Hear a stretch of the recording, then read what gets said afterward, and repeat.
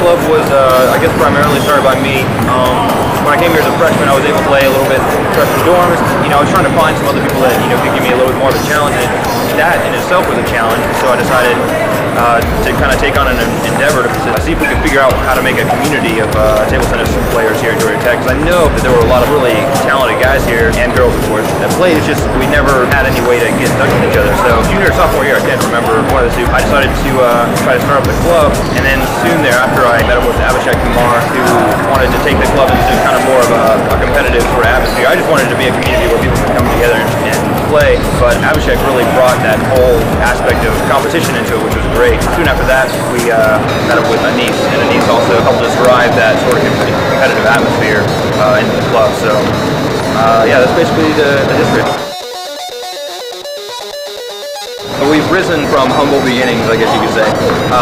The organization started with really just me and a few people that got together from Facebook or from emails. And whenever I saw a guy carrying a paddle, I would say, hey, you know, we have a table tennis organization now. Make a few flyers and stuff like that, but in the end it really turned out word of mouth is the best way to do it.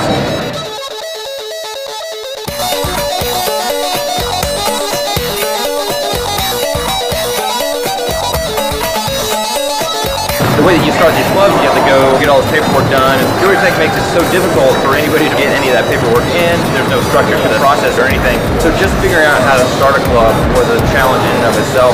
I'm a firm believer in getting things done right the first time. And Abhishek and Anis and I went over the Constitution, and we tried to figure out everything from the beginning to make sure that the people that were coming in behind us really had a good solid foundation to work off of. That aspect of it really took a lot of my time and a lot of my effort. And in the end, I'm really glad I did it, because it seemed to sprung up a really good organization.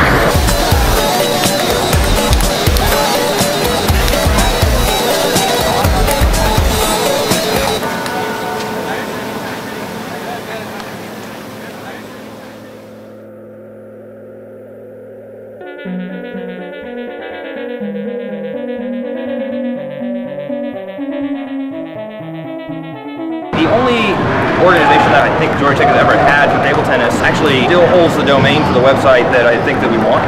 It was a really pretty interesting find when I was trying to figure out where our domain was, and I found their old page.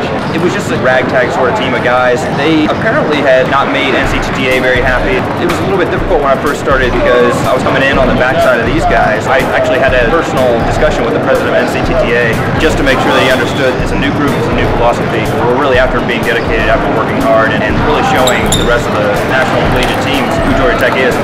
And as we kind of grew into it and learned more about the organization and everything, we started realizing that we're going to need a lot more help. We got some tables from SGA, we got some involved with some different clubs and organizations. When it really came down to it, the club was just going to be minimal until we could really get some help from some people who could really dedicate some time to it. And we were fortunate enough to come across Coach Ralph Presley, and he's been really gracious to us, really, you know, giving us his time and everything. He's done a really great job with his organization, and it's really helped us a lot. In fact, we wouldn't have done so well last year if it really wasn't for him. So we definitely couldn't have done it on our own. We owe a lot to our new coach. So we really appreciate you, Coach, and we hope that you'll stay with us for as long as you possibly can.